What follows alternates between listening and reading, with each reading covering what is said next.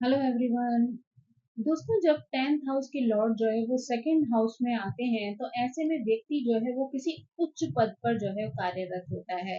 यानी उसको जो है वो सरकार से भी बहुत सारे लाभ जो है वो प्राप्त हो सकते हैं। साथ ही व्यक्ति जो है वो धनवान भी हो सकता है।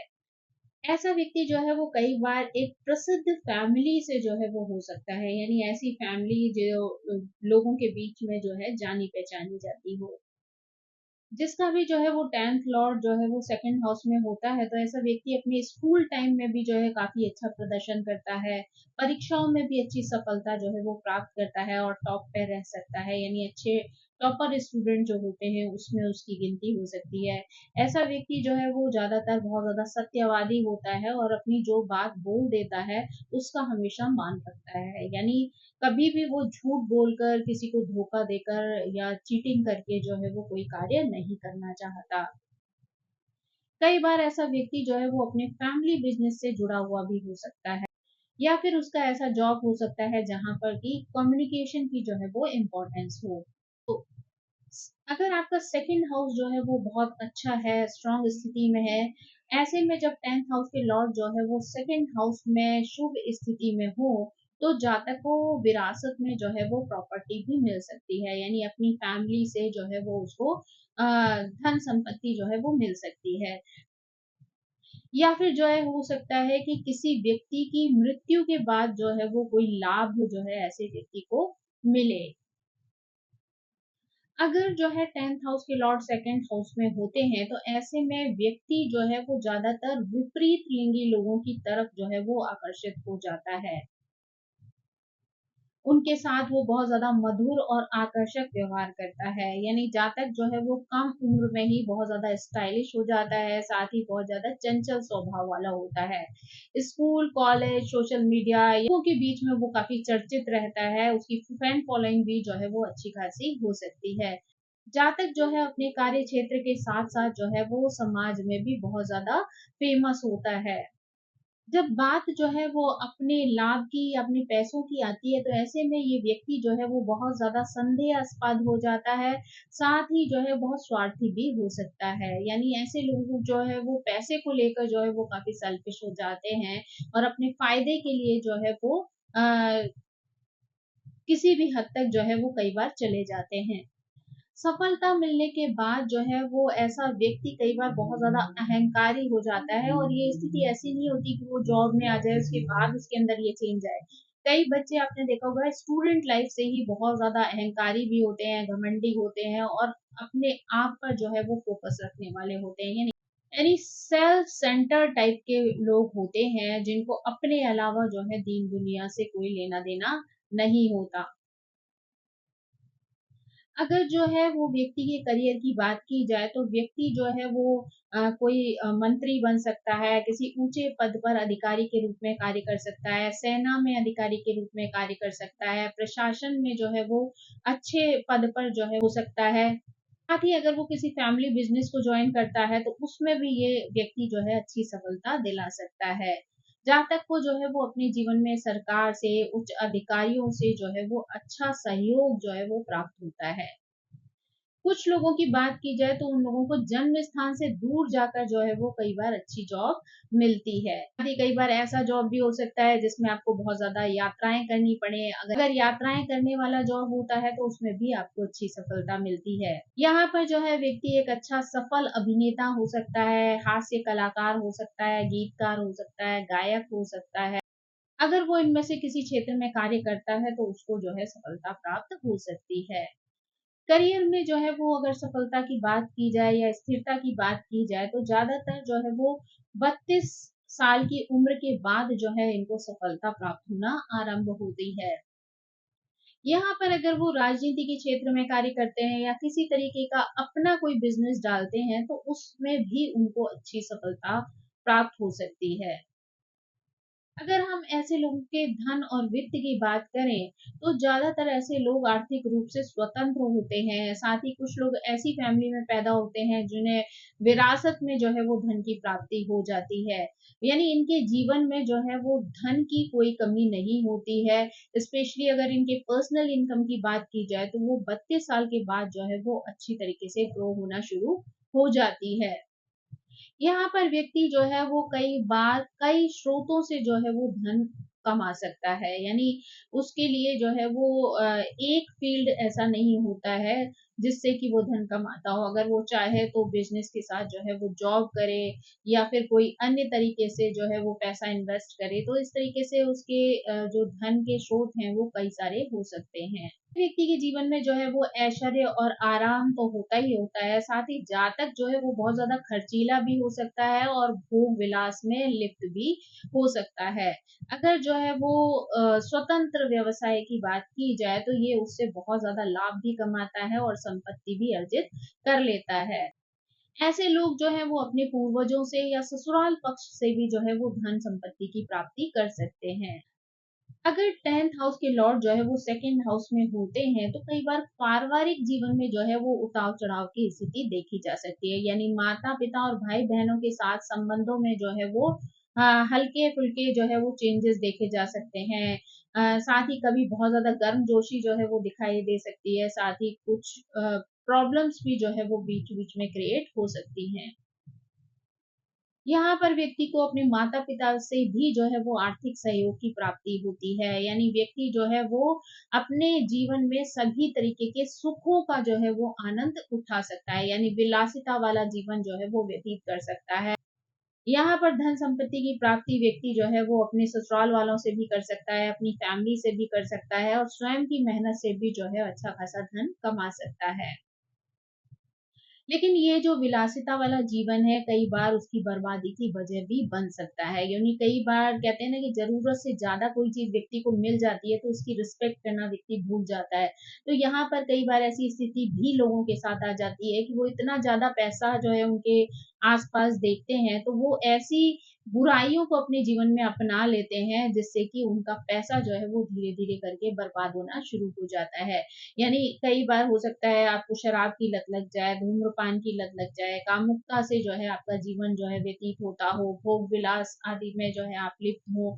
तो ये सारी चीजें हो सकता है आपको कुछ क्षण के लिए जो है वो आनंद की प्राप्ति करवा दें, या आपको कुछ समय आप बहुत ज्यादा अपने आप को राजा महाराजाओं जैसी फीलिंग रखें, लेकिन बाद में धीरे धीरे करके यही चीजें जो है वो आपके लिए परेशानी की वजह भी बन सकती है, यानी इसकी वजह से आप कई तरीके की बीमारियों से भी ग्रसित हो सकते हैं, साथ ही आपके धन की हानि भी हो सकती है और सम्मान भी जो है वो खो सकते हैं।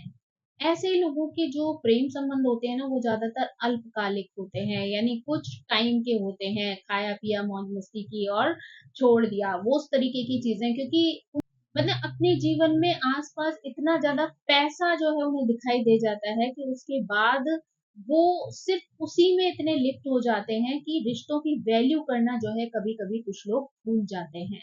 यानी कई बार जैसे निगेटिव ग्रहों का प्रभाव पड़ गया या किसी की युति बन गई, तो ऐसे में कई बार ऐसी स्थिति भी आती है कि आप जो है पैसों के दम पर रिश्ते बनाने की कोशिश करते हैं, और जैसे ही वो पैसा जो है आपके हाथ से जाना शुरू होता है तो आपके रिश्ते भी जो है धीरे धीरे करके चले जाते हैं।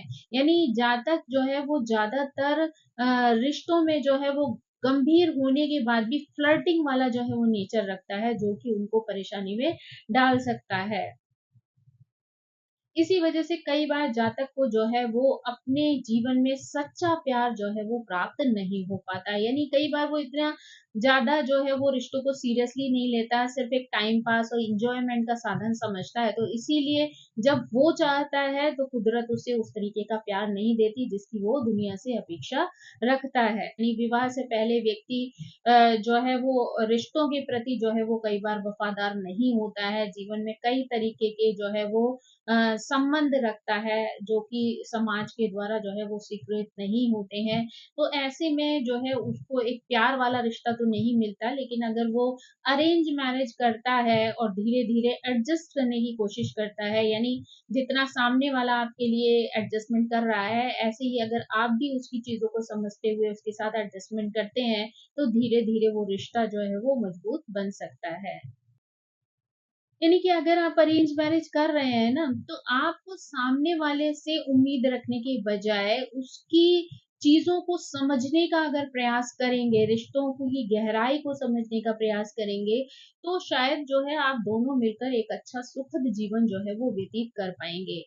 आप जो है ऐसे लोगों को जो है वो कई बार अच्छी स्नेही संतान भी जो है वो प्राप्त होती है। साथ ही जो है वो आपका जीवन विवाह के बाद जो है वो काफ़ी भाग्यशाली और धनवान बन सकता है। यानी कुछ लोगों की प्रोग्रेस ही जो है वो शादी के बाद होती है और उनको एक अच्छा जो है लाइफ पार्टनर तो मिलता ही मिलता है, साथ ही उसके साथ एक करियर में भी जो है वो आपकी ग्रोथ आ जाती है। कई बार आपको जीवन में ऐसा लाइफ पार्टनर मिल जाता है जो आपको जो है मानसिक रूप से और आर्थिक रूप से दोनों तरीके से जो है वो सहायता करता है, आपको करियर में ग्रो करने में जो है काफ़ी सपोर्ट करता है। ज़्यादातर जो आपका लाइफ पार्टनर होता है वो बहुत ज़्यादा प्यार करने वाला होता है, देखभाल करने वाला होता है, आपका जो है वो सहयोगी हो सकता है। जीवन साथी जो है वो आपके परिवार के प्रति भी काफ़ी वफ़ादार हो सकता है और दयालु भी होता है। यानी वो सिर्फ़ आपका ही ध्यान नहीं रखता है बल्कि आपकी फैमिली को भी वो रिस्पेक्ट देता है और उसको भी जो है वो हर तरीके से सपोर्ट करने का प्रयास करता है। आपकी जो रॉयल या कहना चाहिए सेल्फ सेंटर्ड वाला जो बिहेवियर है, वो आपके जीवन साथी को कई बार परेशान कर सकता है और आपको इसके लिए जो है उसका गुस्सा भी जो है वो झेलना पड़ सकता है। यानी आपकी जो आदतें हैं वो उसको परेशान कर सकती हैं, जिसकी वजह से गुस्से में वो आपके ऊपर रिएक्ट कर सकता है या आपके ऊपर हावी हो सकता है। कुल मिलाकर जो है वो वैवाहिक जीवन आपका सुखद हो सकता है, दीर्घकालिक हो सकता है, एक सफल जो है वो मैरिज बन सकती है आपकी शादी। लेकिन जो है जीवन साथी का स्वास्थ्य जो है यहाँ पर चिंता का विषय बन सकता है, क्योंकि सेकंड हाउस जो है वो मारक हाउस भी कहा जाता है। तो ऐसे में आपके पार्टनर की हेल्थ को लेकर जो है वो समस्या आ सकती है। अब अगर हम यहाँ पर जो है वो ग्रहों के अनुसार या फिर लग्न के अनुसार जो है वो इस स्थिति को समझने का प्रयास करें, तो उसमें हम सबसे पहले जो है वो सूर्य के बारे में बात करेंगे। यानी कि जब वृश्चिक लग्न की कुंडली होगी तो सूर्य जो है वो 10th हाउस के लॉर्ड बन जाएंगे और सूर्य जो है वो यहाँ पर 10th हाउस के लॉर्ड बनकर जो है वो सेकंड हाउस में बैठेंगे। तो यहाँ पर जो है वो धनु राशि होगी। ये स्थिति जो है वो ये दर्शाती है कि जातक जो है यहाँ पर कई बार अपने पिता के करियर का जो है वो अनुसरण करता है। यानी जिस फील्ड में जो है उसके फादर कार्य करते हैं, उसी फील्ड में जो है वो व्यक्ति भी कार्य करने का प्रयास करता है। कई बार जो है वो फैमिली बिजनेस से जुड़कर भी जो है वो अपना कार्य कर सकता है, यानी कि वो अपने पिता के बिजनेस को भी आगे ले जाने का कार्य कर सकता है। यानी कई बार ये भी देखा जाता है कि उसके फादर जो है वो अलग-अलग 2 बिज़नेस से जुड़े हुए हो सकते हैं और ऐसे में जातक भी उन दोनों बिज़नेसेस को जो है वो फ़ॉलो करता है। यानी ये कहा जा सकता है कि यहाँ पर जो है वो व्यक्ति के मूल्यों को जो है वो उसके पिता जो है वो कहीं न कहीं प्रभावित कर रहे होते हैं। यानी व्यक्ति को खुद भी कई बार इस चीज़ का अंदाज़ा नहीं लगता, लेकिन कई बार पिता का व्यक्तित्व भी जो है वो व्यक्ति के जीवन को प्रभावित करता है। उनकी सोचने-समझने का जो तरीका होता है, उनका जो कार्यक्षेत्र होता है, वो सभी व्यक्ति के जीवन पर जो है वो प्रभाव डालता है। यहाँ पर पिता जो है जो कुछ भी व्यक्ति को समझाते हैं, कहते हैं, व्यक्ति के लिए उन सभी बातों की बहुत ज़्यादा इम्पोर्टेंस होती है। यानी व्यक्ति जो है हमेशा अपने पिता की सलाह को जो है वो बहुत ज़्यादा वैल्यू देता है, इसलिए उनका अनुसरण भी करता है, उनका पालन भी करता है। यहाँ पर व्यक्ति जो है वो कानून से रिलेटेड, एजुकेशन से रिलेटेड या फिर गवर्नमेंट से रिलेटेड जो है वो कोई जॉब भी कर सकता है। क्योंकि कहा जाए तो धनु राशि और सूर्य जो है वो यहाँ पर मिलकर इन क्षेत्रों का प्रतिनिधित्व करते हैं। अब अगर हम जो है वो चंद्रमा की बात करें तो यहाँ पर हम जो है तुला लग्न को लेते हैं। यानी तुला लग्न में चंद्रमा जो है वो 10th हाउस के लॉर्ड बनते हैं और 10th हाउस के लॉर्ड होकर वो जो है सेकंड हाउस में बैठते हैं। यानी 10th हाउस के लॉर्ड होकर चंद्रमा जो है वो वृश्चिक राशि में यहाँ पर बैठ जाते हैं। यहाँ पर जो है वो चंद्रमा की स्थिति नीच की हो जाती है। यानी हाउस वाइज तो वो स्ट्रांग हो जाते हैं, यानी वो उच्च के होते हैं, लेकिन राशि वाइज जो है वो नीच के हो जाते हैं। अगर जो है वो चंद्रमा यहाँ पर नीच के हो रहे हैं और डिग्री वाइज जो है वो काफी क्लोज है, तो ऐसे में जातक अपने कार्य के कारण जो है वो काफी तनावग्रस्त रह सकता है। यानी उसके मन में जो है वो हमेशा एक डर बना रहता है, एक अशांति जो है वो बनी रहती है। यानी यहाँ पर उसको हमेशा लगता रहता है कि वो जो है अपना जॉब खो देगा, या फिर वो उसको धन की हानि हो जाएगी। तो एक भय जो होता है ना, इनडायरेक्ट वे में उसको हमेशा फील होता रहता है। तो उस वजह से वो काफ़ी जो है वो टेंशन में रहता है, चिंता में रहता है। तो इस कारण वो व्यक्ति जो है वो काफ़ी टेंशन में रहता है, चिंता में रहता है, तो ये चीज़ें उसके जीवन को काफ़ी प्रभावित कर सकती हैं। एक साधारण सी नौकरी या करियर भी जो है वो उनके जीवन को जो है वो काफ़ी तनाव में जो है वो ला सकता है।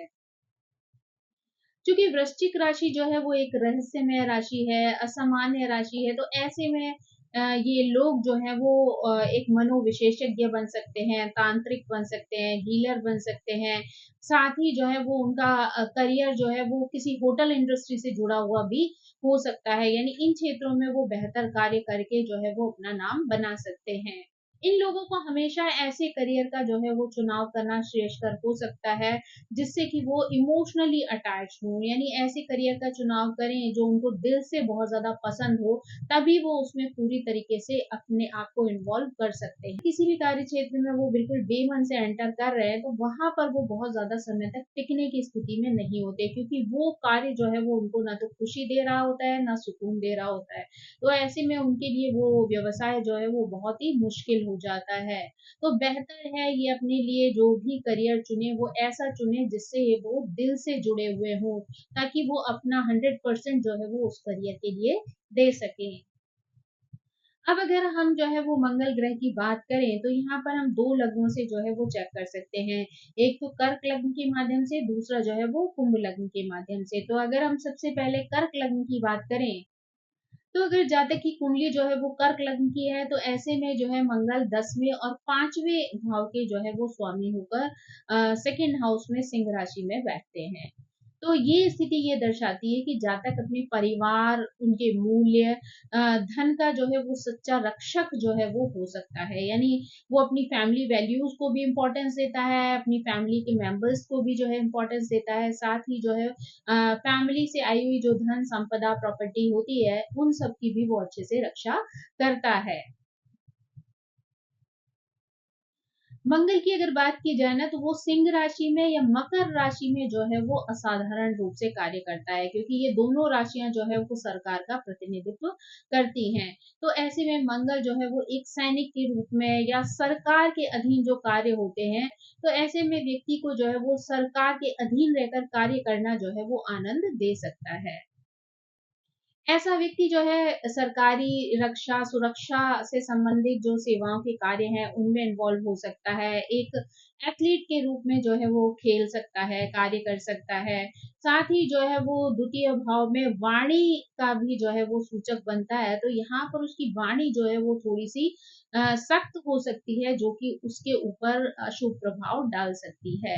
यानी कई बार व्यक्ति जो है वो अ, अंदर से बहुत अच्छा होता है, लेकिन वो वाणी की वजह से जो है वो लोगों की नज़रों में गिर जाता है, क्योंकि वो बोलते समय जो है वो टोन का या अपने शब्दों का जो है वो सही तरीके से चयन नहीं करता है, और कई बार गलत तरीके से रिएक्ट करने की वजह से जो है वो अपनी रिस्पेक्ट लोगों की नज़रों में खो सकता है। तो यहाँ पर व्यक्ति को जो है वो बोलने-चालने के टाइम पर बहुत ज़्यादा समझदारी से जो है शब्दों का चयन करना चाहिए, ताकि वो अपनी रिस्पेक्ट जो है वो लोगों की नज़रों में बनाकर रख सके।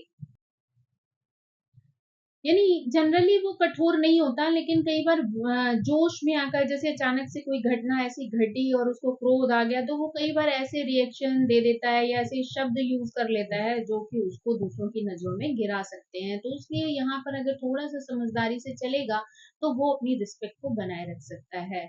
ऐसा व्यक्ति जो है वो एक अच्छा वकील भी बन सकता है, सरकारी प्रवक्ता भी बन सकता है, साथ ही मोटिवेशनल स्पीकर भी बन सकता है। अगर यहाँ पर हम कुंभ लग्न की बात करें, तो मंगल तीसरे और 10वें भाव के स्वामी होकर जो है वो द्वितीय भाव में मीन राशि में जो है स्थित हो जाते हैं। यहाँ पर मीन राशि होने की वजह से जो मंगल है, उनकी वाणी उग्र होने के बजाय जो है वो धीरे-धीरे करके शांत हो जाती है। साथ ही जो है वो एक आध्यात्मिक वक्ता के रूप में जो है वो बातें करते हैं। यानी दूसरों से जो उनका बातचीत का तरीका होता है, वो आध्यात्म से जुड़ा हुआ होता है। यानी कि ये लोग जो है अपनी वाणी का प्रयोग जो है वो आध्यात्मिक विषयों को दूसरों के साथ डिस्कस करने में जो है करते हैं, जिसकी वजह से जो है वो लोगों के बीच में चर्चित हो जाते हैं या लोग उन्हें रिस्पेक्ट देना जो है वो प्रारंभ कर देते हैं। मंगल जो है यहाँ पर वृश्चिक के माध्यम से जो है वो 8वें भाव का स्वामी बनता है। तो यहाँ मंगल जब 10th हाउस के लॉर्ड यहाँ पर बनते हैं तो वहां पर वृश्चिक राशि होती है। तो वृश्चिक राशि जो है वो परिवर्तन की राशि है, जीवन में बदलाव की राशि है। तो डिपेंड करता है कि आप जो है वो किस तरीके से अपनी जीवन को ट्रांसफॉर्म करते हैं, यानी पॉजिटिवली या निगेटिवली। यहाँ पे तांत्रिक ऊर्जा को भी ये स्थिति जो है वो दिखाती है। इसलिए जो है ये लोग बहुत ज्यादा आध्यात्मिक वक्ता हो सकते हैं, मार्शल आर्ट में काम कर सकते हैं, योग शिक्षक बनते हैं। इन क्षेत्रों में जो है वो अच्छी सफलता भी प्राप्त कर लेते हैं। इनके लिए जो है करियर में आध्यात्म से जुड़ा हुआ या तांत्रिक चीजों से जुड़ा हुआ जो करियर है वो उनके लिए बेहतर हो सकता है। यहाँ पर जो है वो बुध ग्रह की बात की जाए तो बुध ग्रह के लिए जो है वो हम दो लग्नों को लेते हैं, यानी कन्या लग्न को और धनु लग्न को। यानी ये दोनों लग्न जब होती हैं तो बुध जो है वो 10th हाउस के लॉर्ड होकर 2nd हाउस में बैठते हैं। अगर हम यहाँ पर सबसे पहले कन्या लग्न की बात करें तो ऐसे में बुध जो है वो 10th हाउस के और 1st हाउस के जो है वो स्वामी होकर द्वितीय भाव में तुला राशि में जो है वो स्थित हो जाते हैं। ऐसे में व्यक्ति जो है वो एक अच्छा सच्चा वक्ता बन सकता है, क्योंकि बुध जो है वो संचार का कारक है और वाणी के भाव में जो है वो स्थित है। ऐसे लोग अच्छे कूटनीतिज्ञ हो सकते हैं। तुला राशि भी जो है वो कूटनीति की ही राशि है। अगर ऐसे लोग जो है वो मौखिक रूप से या फिर लिखित रूप से जो है वो संचार का माध्यम बनते हैं और उससे अपनी कमाई करते हैं तो वो जो है अच्छा धन कमा सकते हैं। हाउस जो है वो धन से जुड़ा हुआ होता है, इसलिए ये लोग बैंकिंग के क्षेत्र में या कारपोरेट क्षेत्र में भी अच्छे मैनेजर के पदों पर जो है वो पहुंच सकते हैं। यदि हम धनु लग्न की जो है वो बात करें तो यहाँ पर बुध जो है वो 7th और 10th हाउस के स्वामी होकर द्वितीय हाउस में जो है वो मकर राशि में स्थित होते हैं। ये स्थिति जो है वो दर्शाती है कि व्यक्ति एक अच्छा वकील हो सकता है। मकर राशि क्योंकि सरकार से जुड़ी हुई है, कानून व्यवस्था से जुड़ी हुई राशि है, तो ऐसे में व्यक्ति जो है वहां पर कानून से संबंधित कार्यों में अच्छी सफलता प्राप्त कर सकता है। विशेष रूप से अगर यहाँ पर बुध जो है वो श्रवण नक्षत्र में होते हैं तो ऐसा व्यक्ति एक अच्छा काउंसलर भी बन सकता है। इसके अलावा अगर बात की जाए तो 10th हाउस में जो है वो यहाँ पर कन्या राशि होती है। तो कन्या राशि जो है वो कई बार संघर्षों की राशि है। तो ऐसे में मकर में बुध का जो संचार है वो थोड़ा सा सीमित हो जाता है, जिसका अर्थ है कि लोग सिर्फ जरूरत वाली बातें ही करना पसंद करते हैं, यानी सटीक बात करना उनको पसंद होता है। तो यानी कह सकते हैं कि व्यक्ति जो है वो सिर्फ जरूरी जो बातें होती है या जो एकदम सटीक बात होती है या प्रभाव डालने वाली जो बातें होती है, बस वही करना जो है वो उसको रास आता है। ऐसे लोग जो है वो फालतू की गॉसिप में, फालतू की बातें करने में जो है वो इंटरेस्टेड नहीं होते हैं। ये गुण उन्हें एक वकील के रूप में और भी ज्यादा प्रभावशाली बनाता है।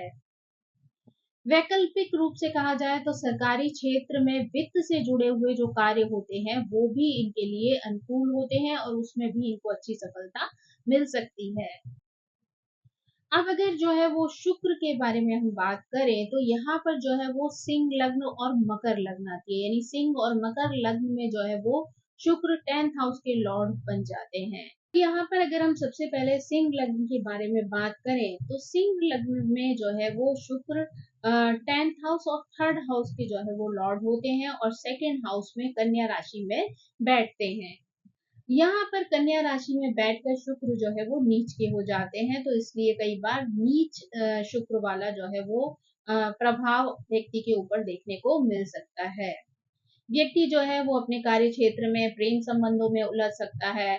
उसके जो धन है या पारिवारिक जीवन है उसको जो है वो नुकसान पहुंच सकता है।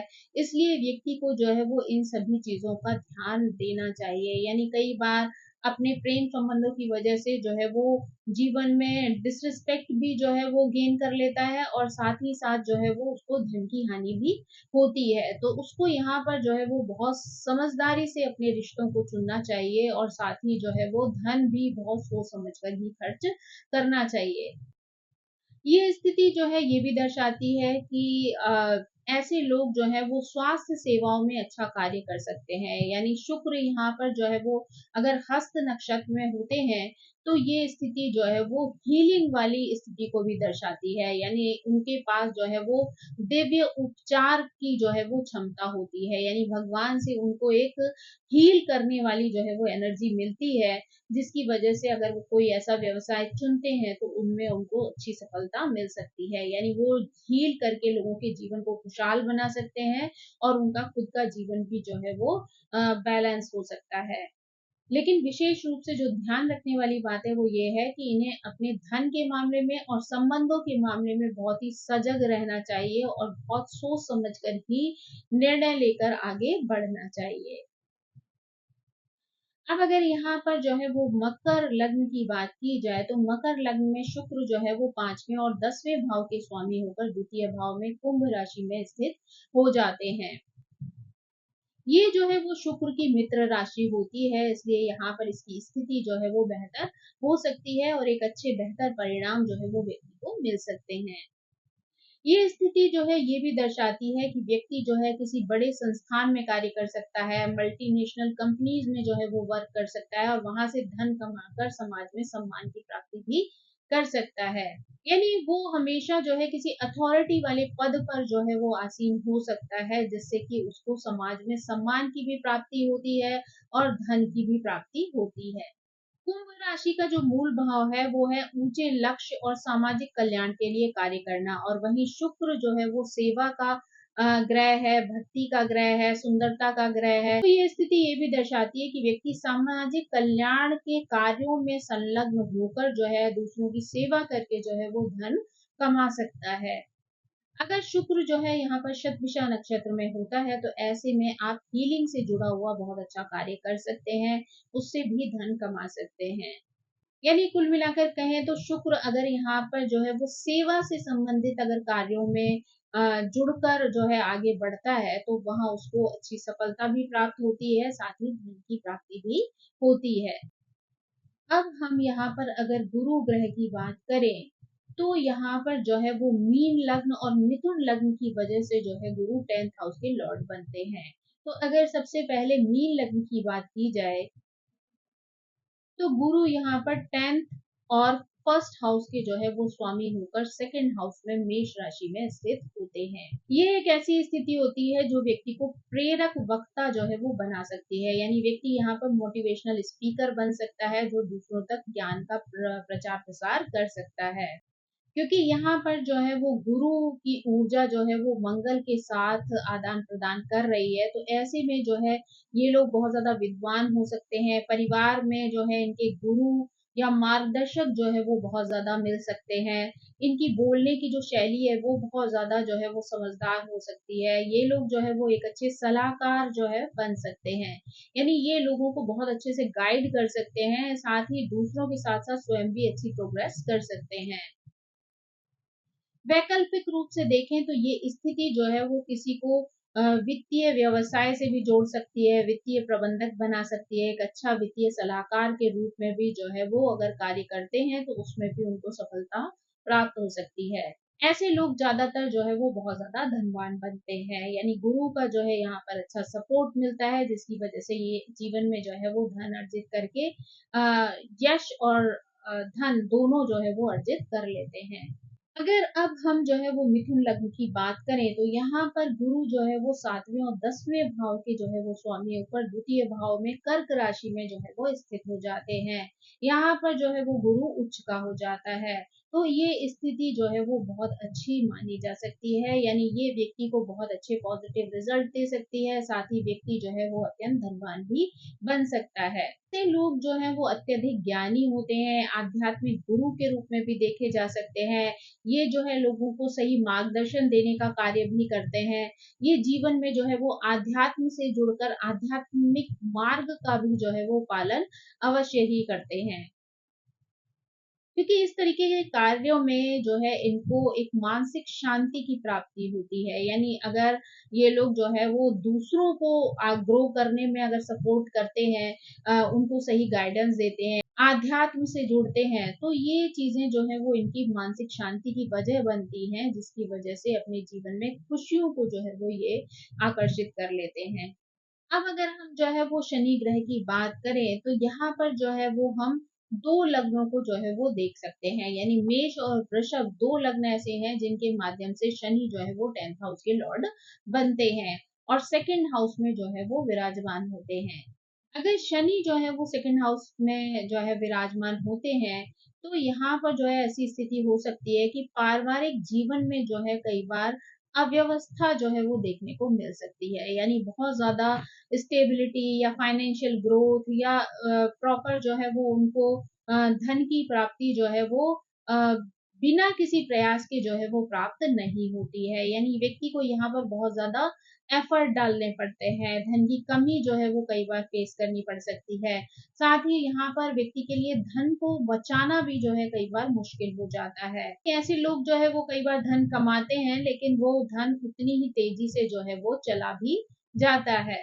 ये लोग अपने जीवन के प्रारंभिक भाग में जो है वो धन की कमी को या परिवार के वातावरण में जो है वो खुशियों की कमी को जो है वो महसूस करते हैं, इसलिए वो लोग जो है वो काफी कम उम्र में ही पैसे की वैल्यू को जो है वो समझ जाते हैं और जल्दी ही उसको कमाने के प्रयास में लग जाते हैं। इसलिए जो है जीवन के द्वितीय भाग में इन लोगों को पैसे को लेकर जो है वो कोई कमी नहीं रहती है, लेकिन फिर भी जो है ये लोग पैसों के मामले में बहुत ज्यादा सतर्क होते हैं, यानी फालतू का पैसा वेस्ट करना ऐसे लोगों को बिल्कुल पसंद नहीं होता है। ये लोग जानते हैं कि धन जो है वो बिना मेहनत के जो है वो इन्होंने अर्जित नहीं किया है। जो भी प्रयास इनके रहे हैं उसमें उन्होंने बहुत सारे संघर्षों का सामना किया है, उसके बाद धन अर्जित किया है।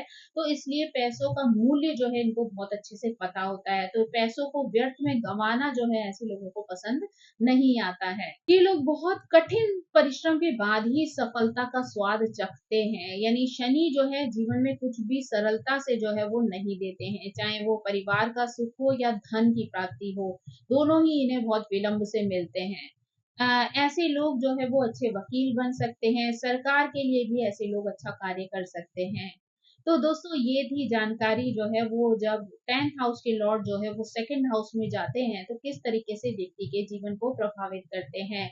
आई होप ये जानकारी आपको पसंद आई होगी। Thank you so much. मेरी आप सभी से रिक्वेस्ट है कि प्लीज मेरे चैनल को सब्सक्राइब करें, लाइक करें, शेयर करें और कमेंट करके इसी तरह मुझे प्रेरित करते रहें। So thank you so much. Bye bye.